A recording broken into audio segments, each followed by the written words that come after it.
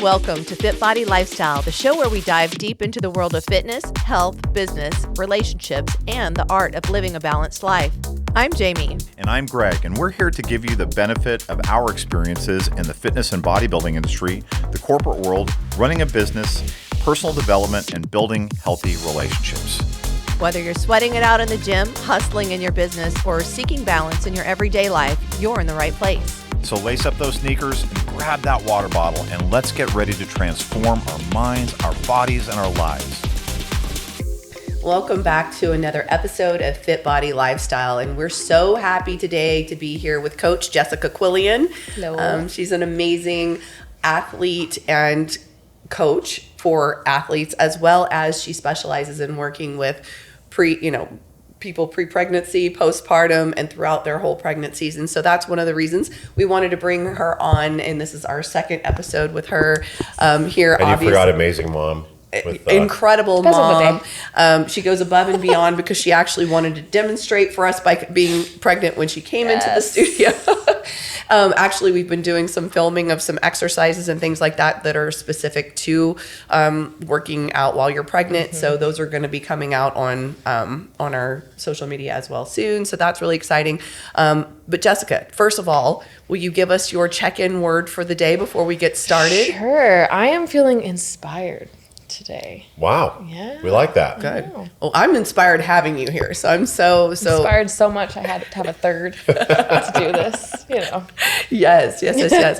So I know in our first episode, we talked about a lot of things. We talked about training while pregnant. We talked about nutrition, things like that. And I know we want to delve a little bit more into those things and also talk a little bit about postpartum, because we didn't get to go too far into all of that. But first of all, since some people may or may not have seen our first episode, just introduce yourself, tell our audience a little bit about yourself. Yeah, I am Jessica. I've been with FitBody Fusion for 11 years. October of 2013 is when I found Jami. I found you then. And it's been wonderful ever since.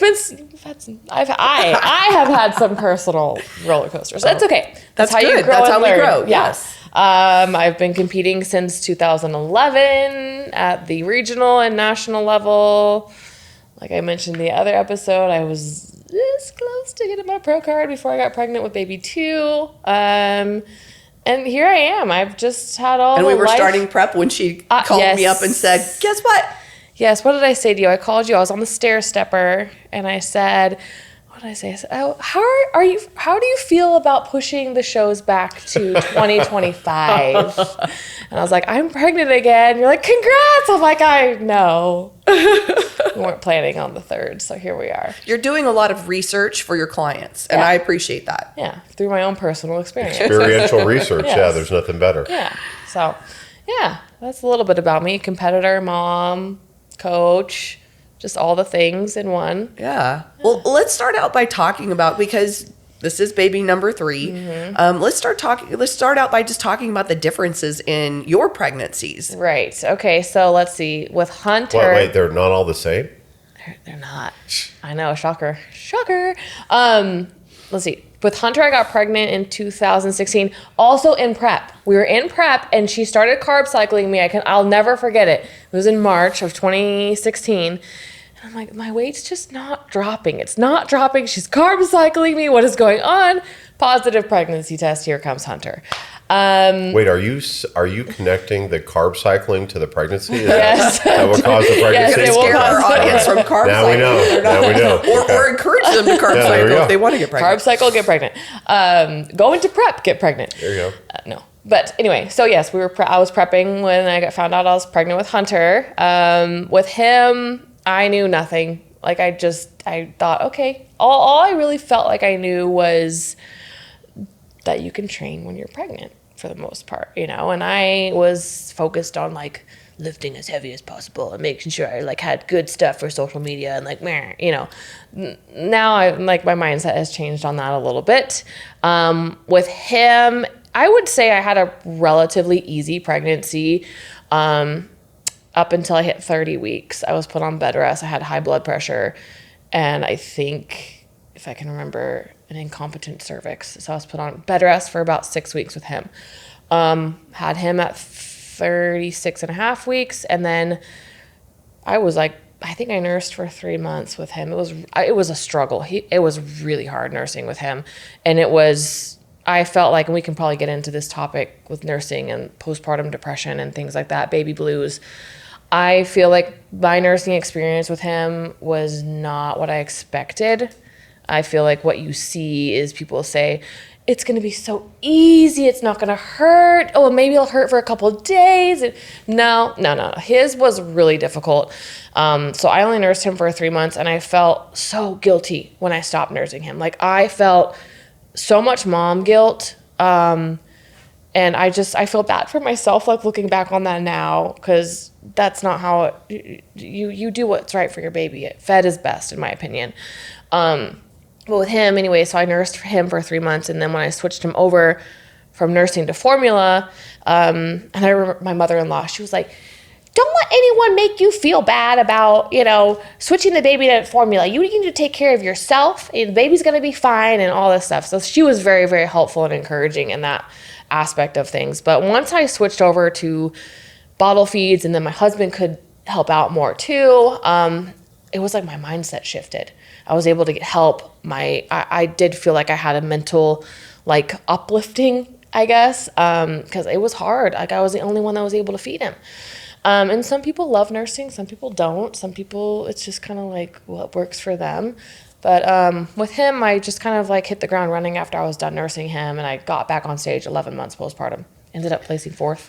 You came back. It was amazing to me. And I love that you brought this up, because I do think that a lot of times what we see is in general, not just when it comes to pregnancy, but when we on social media, whatever, we don't mostly see things going smoothly and easy and things like that. So sometimes when things don't turn out the way we expect them to, or the way we visualized, then we can take that and internalize it a little bit. So I love that you shared that. Would you share a little bit more about like what was difficult about it for you, when it came to the nursing? For Hunter, he had a lip tie. I went and I had a lactation consultant come to the house. I had a lactation consultant at the hospital. The lactation consultant that came to the house was like, he needs to have his lip tie clipped.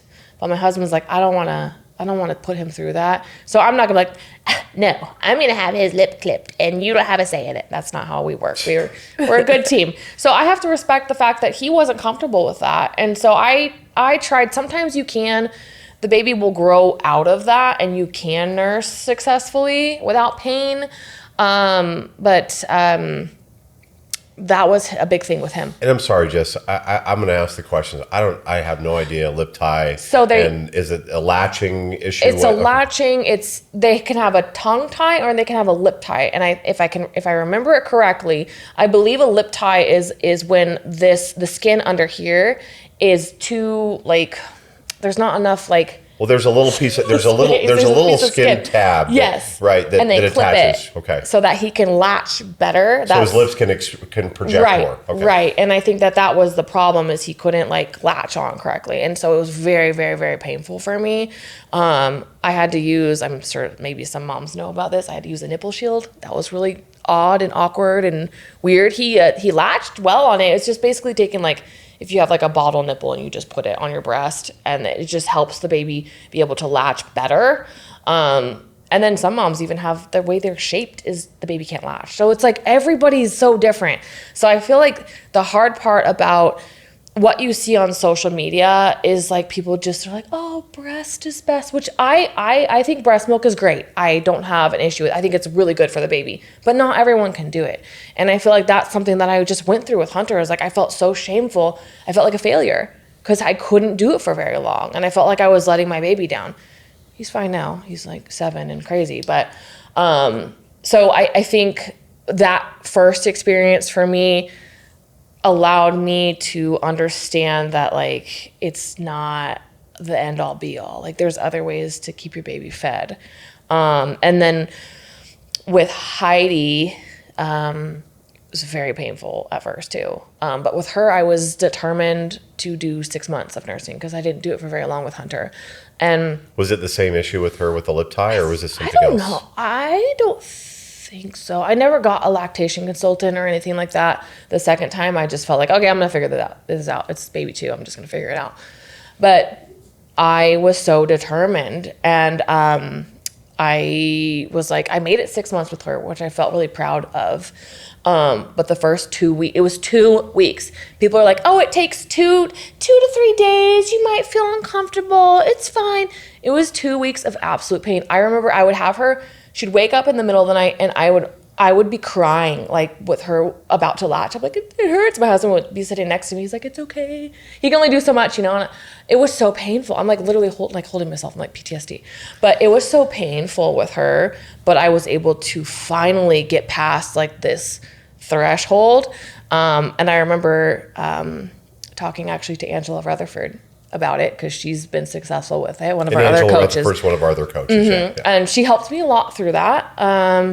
I was very appreciative of her help with that because she said she might have had like similar situation where it wasn't like 2 to 3 days. It was a little bit longer for her too to have like that painless latch. So anyway, Heidi was a little bit better. I nursed her for 6 months, and then at 6 months, my supply just kind of naturally started to drop, and I was ready to be done with her. I just wanted to hit that 6 month mark. She was eating solid foods. I was okay with like supplementing her with formula, and now she's still obsessed with the bottle, so we're good with that. And this baby, I don't know what I want to do. I want to nurse a little bit, but I don't have that pressure on myself anymore. Well, something I love that you brought up is that you reached out to somebody that you knew you had a safe space with, and I do think in this space of going through pregnancy and having some support structure, somebody around you that, because I know everybody's got opinions, and everybody sometimes people are a little more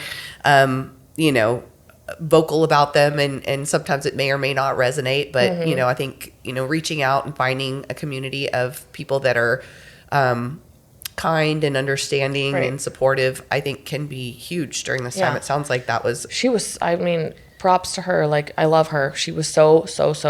Her being Angela Rutherford. Like, she was just very helpful. Like, I just felt like I was by myself. I'm like, why is this hurting so bad for so long, and I just... So she was really helpful in that regard. And I think those 2 experiences from Hunter and Heidi have made me, from experience, able to relate to what my clients go through postpartum. I was going to ask that. So do you do a lot of your clients go through similar things? Like what do you see postpartum? What kinds of issues do you see come up the most frequently that you have to help? It's interesting. Now that I think about it, a lot of them have not talked to me about like the pain of nursing. I've been asking them about their milk supply, and like that's been a big thing of like nutrition, milk supply, how much they're eating, and we can get into that too. But a lot of them actually have not shared that with me now that I think about it. Some women pump exclusively, some women nurse exclusively. But from what I've heard, I don't think that they've shared that with me. So while before we get too remote from this, you hit a topic, you might as well cover it now, which is nutrition and milk supply. Mm-hmm. Depends. Everyone's different. I was a little bit different with Heidi. I feel like I was maybe at between like 1,600 and 1,700 calories. And I was not tracking like 100%. I was kind of like eating when I would remember. And my milk supply was good. Staying hydrated is really, really important. I would say even more important sometimes than food. Like if you can't remember to eat, keep water with you, because having that hydration helps with the milk supply. Something I like to do a lot with people that come to me after they've had the baby. So maybe they're 3 months postpartum and they're still nursing. That's something I always ask on the consultation call is, are you still nursing? And then how long do you want to nurse? Because that's important. Some people are like, I don't care, whatever. Some people are like, I want to make it to a year. So what I do initially with these clients, because they still want to come to me and they still want to have weight loss, and some people want to get on stage and changes in body composition and things like that. What I will have them do is, when they start with me, I'll have them log their food for a week. It doesn't have to match what I have set for them in MyFitnessPal. It doesn't have to have their macros matched or anything like that. I want to just see where they are with their food. Then from there, one weekend, we'll get on a call and I'll be like, okay, how is your milk supply? And if their milk supply is good and they're having results already from just what they've been doing, I'll kind of set their food where they are. And then from there, I will either raise their food depending on hunger and progress and all that kind of stuff, and then milk supply. So it's like trial and error with everybody and figuring out where they are. And with my postpartum clients that were pregnant with me, that go into postpartum with me, I do the same kind of thing, because right after you have the baby, you're not really thinking about tracking food, you know? So I just... Why? Sleep deprivation. That's number one. I'm being super sarcastic with that, but it's like when you think of what happens post-pregnancy, you have a new child, you have your own time, your own exhaustion from having birthed that child, your own recovery. Right. There's just so many things. You forget to eat. Yeah. Well, and then whether you got a C-section versus having. Yeah. And do you actually work with a lot of people that end up having to have a C-section? I've had a handful, and those ones, a lot of the clients that I have had that have had C-sections have had really easy recoveries. So in my experience, I haven't had somebody that's had like a crazy experience as far as like how their C-section went. But I will say that the time it takes them to get back into normal training is a little bit longer than somebody who's just had like a vaginal birth. Right. So that's a little bit different. It's just making sure all that is healed. And that's a trauma, big trauma. Yeah. Oh, for sure. You're cutting through especially layers. For the lower abdomen. Yeah. But no, the nutrition postpartum is just, it's like I said before, it's so much trial and error in figuring out where the person is and what's going to work to keep their milk supply up, and then also get them to where they want to be as far as body composition goes. Yeah, I do find that so interesting how each person is so different. I know that we had one of our athletes step on stage who was still breastfeeding and actually had to run off the stage to go because she was lactating a little bit on stage and then go feed and then come back. Which is crazy, which is rare. It's very rare. Yeah, most people at that point that you're stage lean are not going to still be producing milk. So it's so individualized. It really is. So that I feel like there's not a set, like, okay, you need this many calories to keep milk supply up. It's so different. I didn't need that much. I mean, I was in a little bit of a surplus for my body and my stats and stuff, but I wasn't nearly even as high as I was for certain shows, you know, and my milk supply was good. Whereas some clients, their milk supply would dip where I was. So it's just like, it's crazy. I had one client start with me and I think she was like 3 months postpartum. And I did the thing where I was like, okay, I want to see where you are for a week and just figure out your average. And then I set her and she was in a surplus. I think she might've been like, I don't know, maybe 600 calories above her basal metabolic rate. So she was in a pretty decent surplus starting off. Each week she would just drop. And I was like, I kept feeding her. And her milk supply was really good. I've had a couple clients that have been like that and they just dropped like crazy, milk supply stayed up and their food just kept raising. Some clients, not so much. It just kind of depends. It's so weird. Yeah. I know, and I'm curious if you've seen this as well. I know that a lot of the athletes that I've worked with, some of which, you know, maybe didn't have, you know, the greatest metabolism prior to having children, afterwards. Oh, it's crazy. It's crazy. And it's not just while they're breastfeeding or just in that immediate postpartum, but it's almost like what I've experienced is like, it's like almost like a hormonal reset. I know. Where everything, and I mean, my assumption is that, you know, our bodies are so intelligent and as women, we're built to have children. So it's like our bodies are just so happy, you know, in that environment. That's something like the endorphins and all that stuff. Yeah. I have noticed that too. A couple of my newer moms now, when I had them in prep, it's like I could never get their food high enough in the off season. I just couldn't get there with them. So now I'm like, all right, we're gonna take advantage. We're gonna get your food up high. You're dropping weight. This is great. So that's really cool to have athletes before they've had babies go through the pregnancy with them, then postpartum. And because for me, they want to get back, or for them, they want to get back on stage eventually. And me as the coach, I'm thinking long term. I'm like, okay, we do want to keep short term, we want to keep milk supply up. We want them to drop weight, yada, yada, yada. But I'm like, I want to get their food up. I'm like, I'm taking advantage of this now.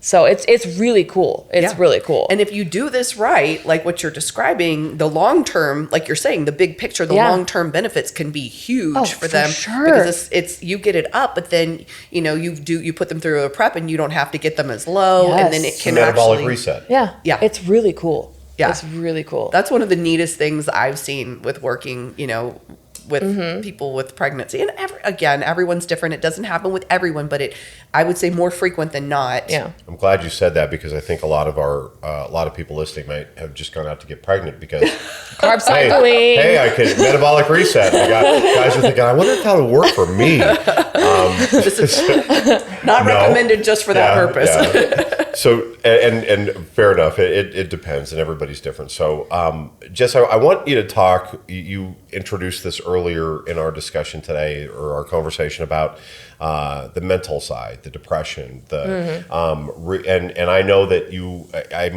each of your pregnancies has been different, with bed rest, with some, this one being better than that, but the mindset around that, but also the mindset postpartum and everything going on. So maybe kind of discuss your experiences, and then we can ask you some questions about what your carry forwards are. Yeah, I touched on it a little bit with Hunter, and I feel like I did pretty well with him once I was done nursing. Heidi was a nightmare. I love her. She's very cute. She's lucky she's cute. She was a nightmare. I swear. She came out colicky. She was so colicky. The first night we brought her home, it was crazy.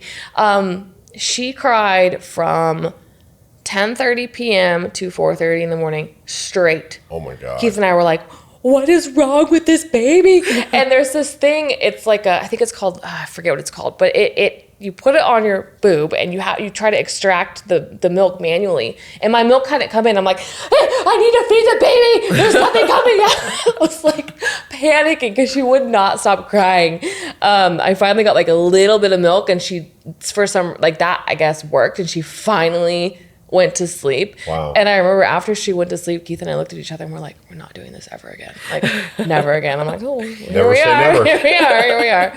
You guys did not do a very good job following through on that. No, we didn't. We need to work on those commitments. I know. But she was so hard. And I was by myself. I was working. Keith was working, and my husband, Keith, he was working in the office. So he wasn't working from home anymore. And I would have to do school drop off and pick up for Hunter. He had started kindergarten. Heidi would scream in the car the whole way there. And then I would get out and I put her on, hold her, and she's perfectly quiet. And everyone's like, oh, she's so good. I'm like, okay, yeah. Isn't that how it always is? Until I get in the car. I was like, so she would just cry all the time. Like, she would hardly sleep. She would cry all the time.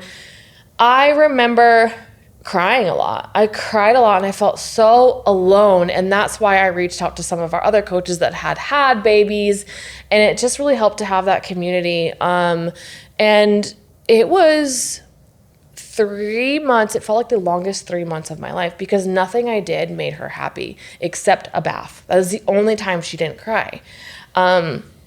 Looking back, I don't know how I made it through. I would FaceTime. I'm surprised you didn't just sit in the bathtub with her all day. Oh my God, right?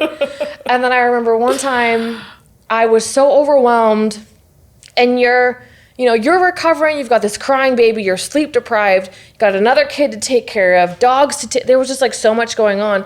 And I remember I was changing her. I had the sink running, and she had like pooped all over her clothes. And I put her clothes in the sink, and I had closed the sink to let the clothes marinate. And I was changing her, and I remember she was just crying and crying, and I was crying, and everyone was crying, and then the sink started overflowing. Oh no. And the sink overflowed onto, I was just like, the sink is overflowing, I'm by myself. It was just like meltdown after meltdown every single day. But I did my best to keep that behind closed doors. I am vulnerable to a certain extent on social media, but I feel like there's certain things that people don't need. They don't need to see everything that I'm going through. I didn't want people to see that I was crying. Like, I wasn't getting on my stories and crying. I've done that before. Don't do that anymore. But it was a lot. I don't think, which is surprising, I don't think with her I had postpartum depression. I think I had baby blues, because when my husband came home, I was like, here, Like, please take her. She's crazy. But I don't know how I made it through it with her. I really don't. It was like 3 or 4 months. It just clicked and she was just happy. And she started sleeping through the night. And then after that, I felt like I was able to be like a normal human again. She was so hard.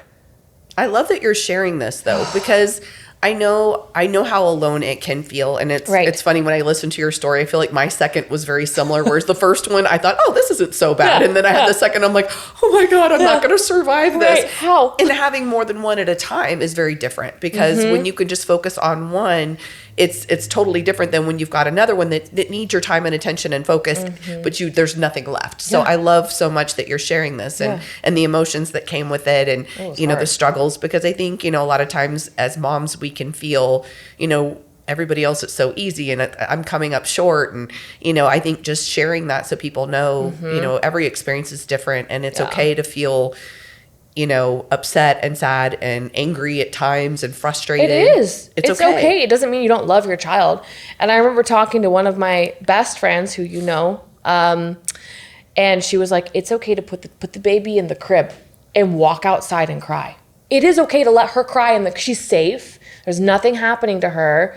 Put her down, go outside and take a breather. And I can't tell you how many times I had to do that. And she was so hard.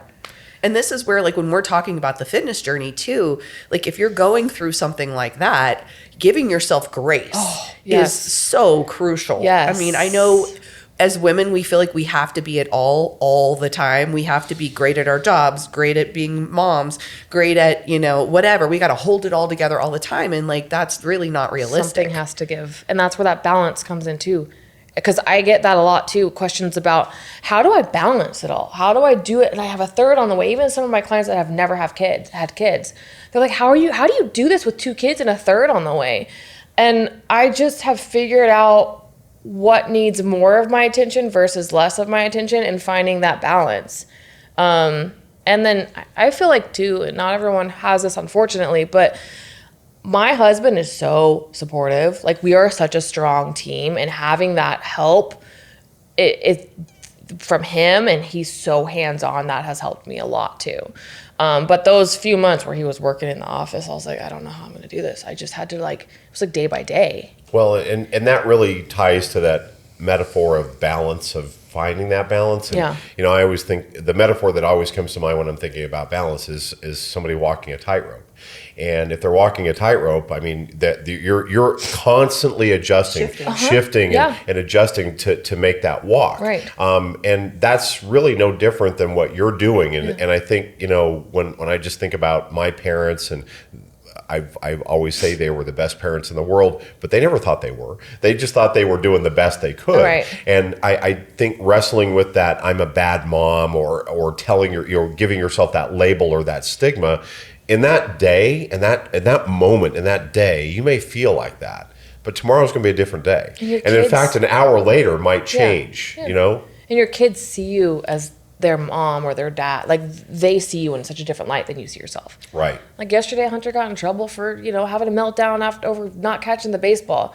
I raised my voice at him and whatnot, and I felt bad afterwards. And I apologized to him. I never got apologies when I was little. I was like, I want to make sure I'm apologizing to my son. Like, I want him to know that it's okay to be a parent and apologize to your kid.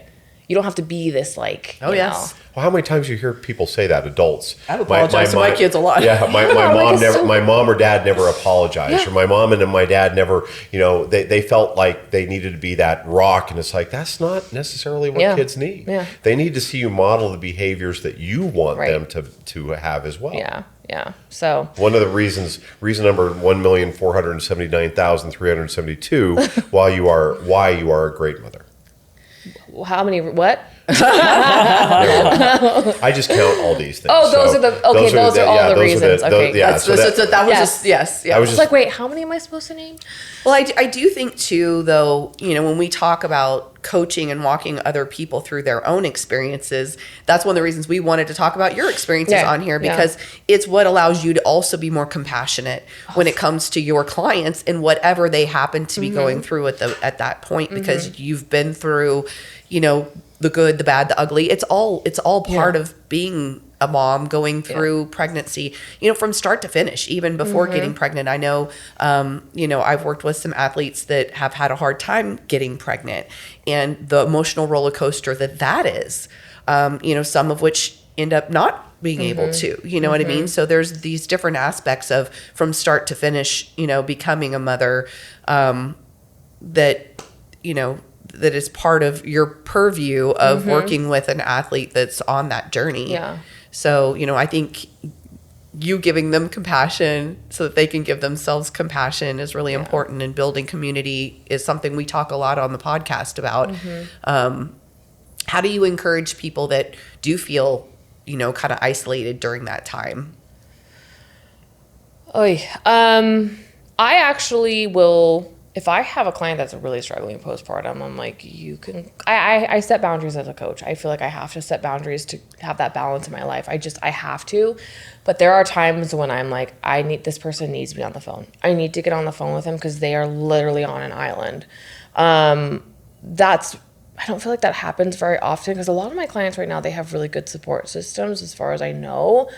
Well, we did recently create also a group so that they could support each other. Yes, we did. Myself and some of the other coaches who are newer moms, we created a Fit Moms group for actually all of our moms who want to join that are our clients, whether it's people that are newly postpartum or have had kids 10 plus years ago. I feel like, and we were kind of going through this together and figuring out, okay, do we want this to be a narrow audience, or do we want it to be all moms? I think one of our other coaches had asked that. And I thought about it. And at first I was like, okay, we wanted this to be focused on postpartum. But as we thought about it more, just because some of these other moms aren't newly postpartum doesn't mean that they still don't have advice and experiences to share with some of these newer moms. So I felt like, I think about my own mom. I mean, she has great advice as far as like babies and taking care of babies and all these things. I've taken a lot of good advice from her.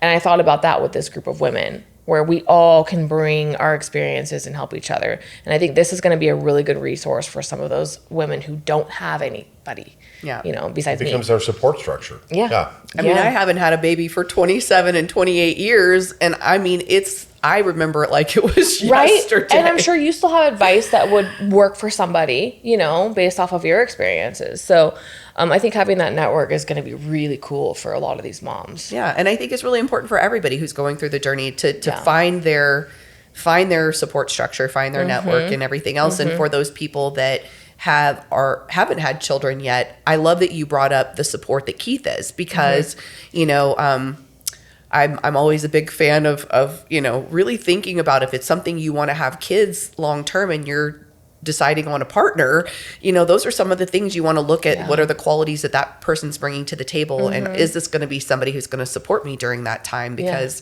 and sometimes we don't have a partner, or that, some people have to do it, by themselves, or, there's different situations. Maybe somebody has somebody in the military that's deployed. There's all those things to consider. And I know you run into a lot of different scenarios with people. I just think it's all good thoughts to kind of consider as you're thinking about even embarking on becoming a parent. Yeah, because it changes you a lot. It changes your life tremendously. How could it not?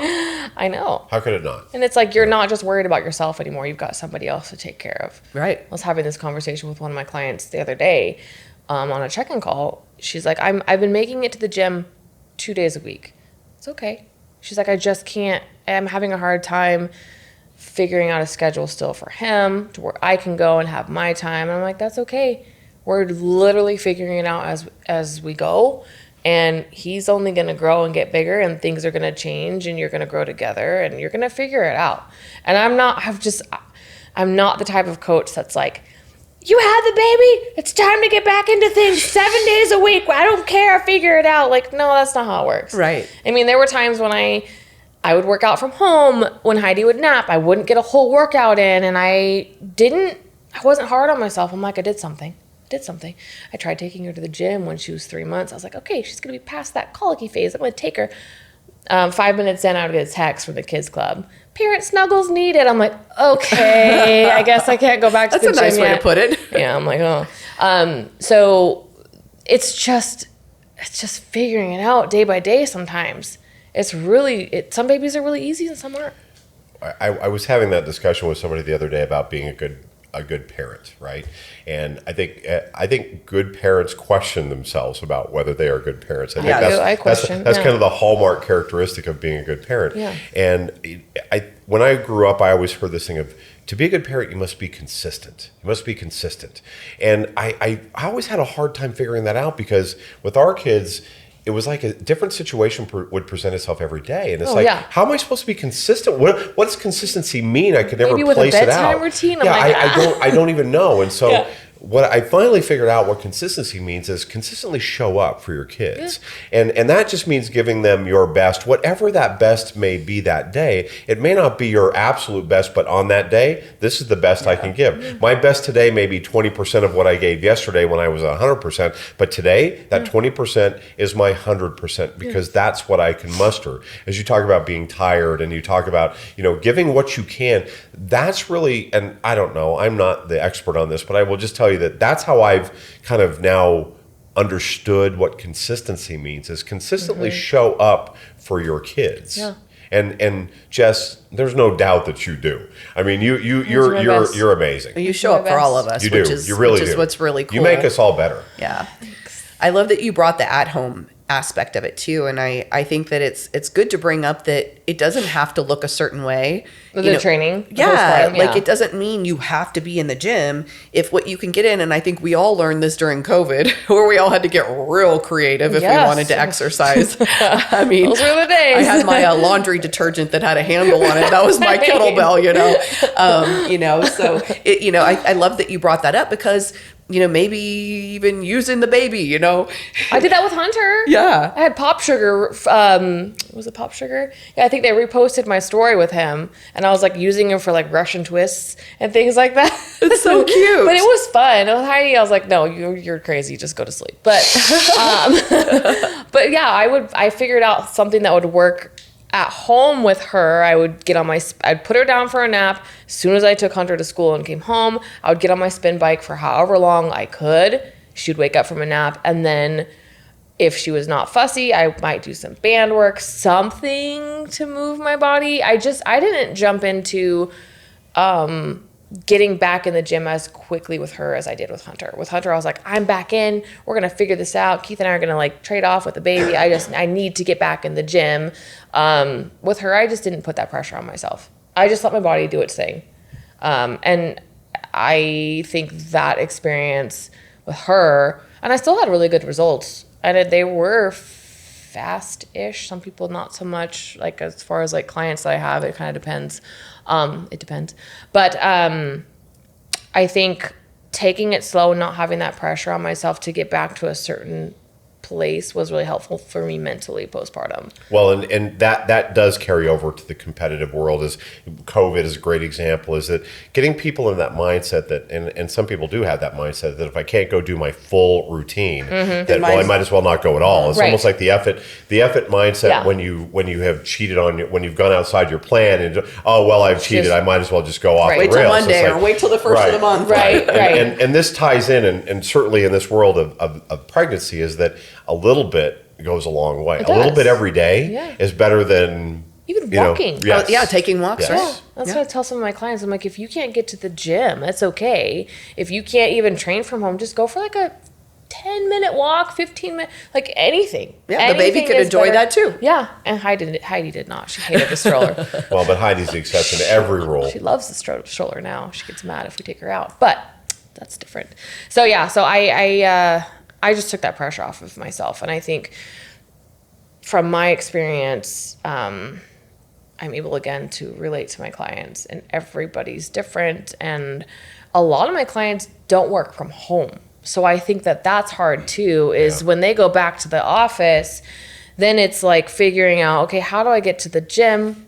Then what do I do with the baby? It's tough. And there's a lot of guilt around that. I know for me, I was working in an office, so I was one of those people, and there was a lot of guilt around that too, and then taking any time away that was, because I was having to give to so many things. So I do think that, you brought up that mental aspect, and I do think protecting your heart and protecting your mind during that time are so crucial for yourself and for the baby, because they pick up on everything that we're feeling. So and I love that you brought that up. Yeah, definitely. And I think another thing that I feel is important to remind new moms of that want to like just get back into it super fast, which I think it's fine, but also you don't get this time back with your baby. You do not. You know, the gym, stage, everything's going to be there. It's not going anywhere. Your baby grows. I mean, Heidi's almost 2.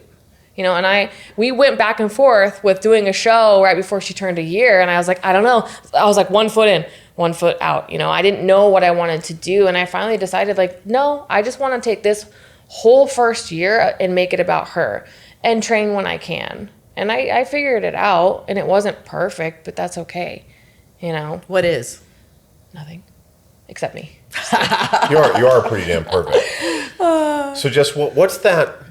Let's just imagine for a moment that there's somebody out there listening right now, okay? And they are on that island, and they are struggling with whether it's postpartum depression or it's during the pregnancy, pre-delivery, prepartum, I guess. I don't know. He's making good point. making up words. Okay, before delivery, but they're just really struggling. And they and just based on your experience and maybe what you would tell your prior self, or what would you tell somebody or your clients? What would you tell that person right now to just give them that little bit of hope or sense that things are going to be okay? That's a tough question to answer. I ask tough questions. So are you thinking more of like finding like an outside source to lean on for that person? I'm thinking of what you would tell yourself, and based on the lessons that you have learned, what would you tell this person that's listening right now to just let them know that everything's going to be okay? It's temporary. Like that's what comes to my mind is it's temporary. I remember being put on bed rest in the hospital. I called Jami crying. I was like, I have to go, and I remember being in the hospital crying and felt like I was I felt like I was by my, I did. I felt like I was on an island. They still were not, this was 2021, they still weren't allowing people in the hospital. They were only allowing, I think, 1 visitor at a time. So Keith could not come and bring Hunter. I was like away from my child, hooked up to all this stuff, possibly having like a preterm birth, all this scary stuff that they put on me. And I felt like it was never going to end. And then when I got home, I still felt like I was just stuck. Like I couldn't go to any of the coaches' things. I couldn't go out for walks. There was a lot of stuff I couldn't do. And it just felt really, really lonely.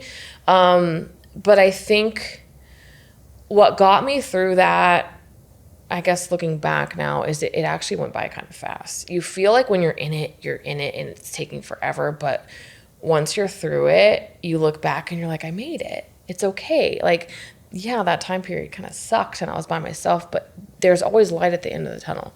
Nothing is permanent. There's you're always going to get through things. And journaling helped me a lot too. I journaled. I had like a baby book and I would journal and I would like write to Heidi when I was on bed rest. Oh. So that was like, and then I'll give that to her one day. But that helped me too, was journaling. Did you remove all the swear words? Did I? Just kidding. I think that's so beautiful. I think that is so beautiful, because I know there are times when I'm going through something really hard and I think back on, just like you're talking about, I think about on times that felt at that time so heavy. Yeah. And like it was not going to end and it just felt so dark. And then you look back and you're like, okay, I did that. And so being able to then reflect into whatever comes in the future, in the present for some people, and just know that this is a moment in time and you're going to get through it and you're going to look back on it and be proud of yourself that you made it through. Yeah, no matter how hard it is. That's beautiful. I had a hard 2023. I mean, Heidi turned a year. Our dog got sick. We had to put him down. That to me was such a dark period for me. And it was only a span of like a couple, not even, maybe like 6 weeks from the time we found out he was ill to when we put him down. And he was like my soul animal. Like he was like I don't know. I have this really had this strong connection with him. And I thought, how am I going to get through this? How do I do this? How do I get through this?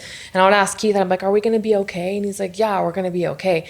And I go back to, you know, what you said about just showing up for your kids. I was in it. I was like syringe feeding the dog. I was doing everything I could possibly do to help him, keep him. Like that's just how I am. And I had to be a mom at the same time. And that was such a hard time period for me. I pulled away from everything. I pulled away from social media. I pulled away from a lot of like just exposing myself to the outside world. And I knew I just had to like focus on like getting through that period and focus on my family. And I felt like there were times that I'd raise my voice at my kids. Like I was just in it. But now that I'm out of it, I'm still very sad about it. But I see that it made me stronger. As hard as it was, it made me a lot stronger. And then a month after we put him down, I found out I was pregnant.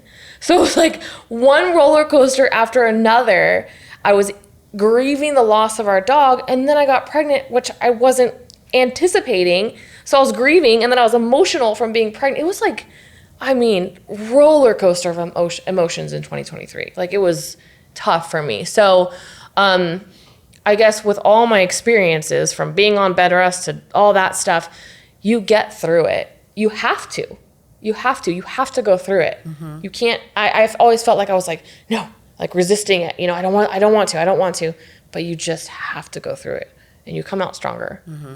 And more no matter how hard it is. Yeah. And it helps you relate and be able to understand people better. Yeah. And I even had a lot of clients that had to put their dogs down last year. So it's like, I went through that and pregnancy, like, you know, so it's like not even just my pregnant and postpartum clients. I've got clients that are going through other life things that I also went through. Mm-hmm. So, well, that's really something. As we wrap this episode up, I do want to hit on that. Is that, you know, if you're listening to this and you're thinking, oh, this only applies to pregnancy, well, you're missing the point. Yeah. Because I think, you know, especially, well, first of all, as a male, I will just tell you that my respect for mothers is, and part of it was because my mother was just my idol and the most important person in my life.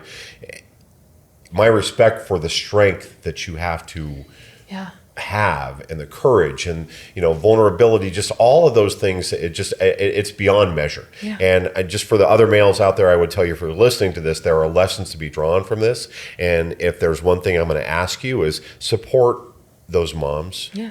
Support them, because this is tough. Life's tough enough to do on your own, and it's even more difficult if you're pregnant and you're giving birth. Keith is a great example, and you've talked about him so much, Jess, and in terms of him being there for that. So guys, be there for your partners and be there for the partners that's pregnant, whether male, female, because I know in some female that they will get pregnant as well. Yeah. Just be there for your partner. Yeah. Because childbirth is tough. It's tough. But there's lessons here for every day. Yeah, absolutely. Absolutely. And everything makes you stronger. So it does. I look back and I'm like, whoa, I've just, every experience I've had, I've just become stronger and stronger and stronger. And now we'll see how it goes after baby 3. It's going to go well. I'm actually very excited. Well, we'll have you back on after baby 3 and we'll get an update. I'm so tired. I'm actually very excited for the challenge, I guess. I'm not excited for sleep deprivation. I'm like not excited for that at all. I'll be real about that. But I'm excited to show people that it's possible again to have balance now with 3 kids. Yep. And now to going back to competing, I get to do this. I get to do this. I don't have to. I get to do this as a masters competitor, which is really exciting. I had one taste of a master's show at North Americans, and that's when I almost got my pro card. Yeah. And now it's like, oh, cool. Like I get to come back and do that with 3 kids and open up a new door to coaching in a way. Mm-hmm. And show other moms with multiple kids that you can do this after having kids. And newborn children. I mean, we're not talking about, That's true. Because I think, you know, as we talk about this, it's what we have talked about before, in that there are a lot of shows in life and there are winners for those shows, but there's only one contest that really matters, and that's the contest of life. Yeah, and they do not give trophies for it. No. But you know when you're a winner and when you're a champion, and Jess, there's no doubt in our mind that you're a champion. And we appreciate so much you coming and sharing so much. And I think this is going to help a lot of people that are going through different things. And, you know, and I know that you're a great resource too. So I'm glad you shared your your Instagram. So yeah, and people can reach out to me. I'm not the kind of person that's like, I'm not going to talk to this person because I don't know them.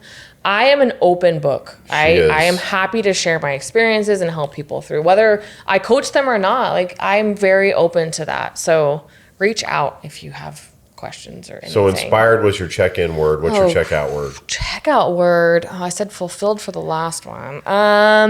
You can still use that if you want. I am, but great. Just grateful. I feel grateful.